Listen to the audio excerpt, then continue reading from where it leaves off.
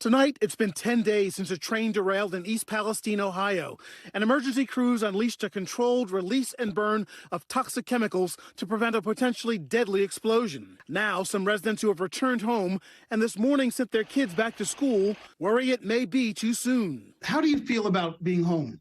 Do you feel safe? There's mixed emotions. I feel like there's not an immediate risk, but I definitely feel like there's a long-term risk as far as things that are seeping into the ground. Ben just returned home after being evacuated. He has 4 children in the school system. I want them to be safe. We're being told that things are safe, but it's just deep down you feel like, how can things already be back at a level where we can be back to normal? The city lifted the evacuation order on February 8th and assured residents that extensive testing shows the air and water are safe. But officials have yet to release a complete manifest of what was aboard the train.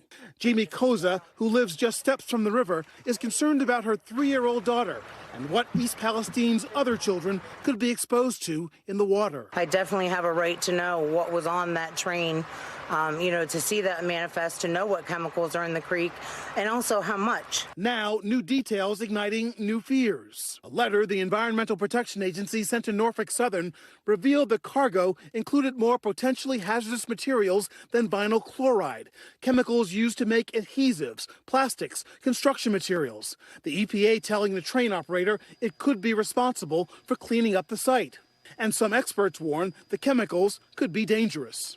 Potential exposure to that could be detrimental, especially if it's during a critical developmental period or in people that are potentially susceptible to chemical exposures. All eyes now on Norfolk Southern, the railway company at the center of the disaster. Over the weekend, employing a task force to respond to residents worried about possibly contaminated well water sites, and also offering to test and monitor air quality. We're going to hold their feet to the fire. This is going to get swept under the rug. The company did not return our request for comment. Columbiana County has been monitoring East Palestine's groundwater. Is the environment there safe? We've had no indication there's been any impacts that could relate to health or safety of our residents.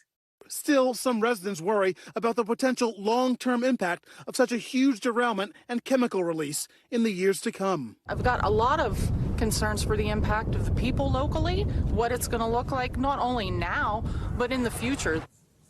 All right, Ron Allen joins Top Story Live tonight. Ron, I know you have some new reporting when it comes to the EPA.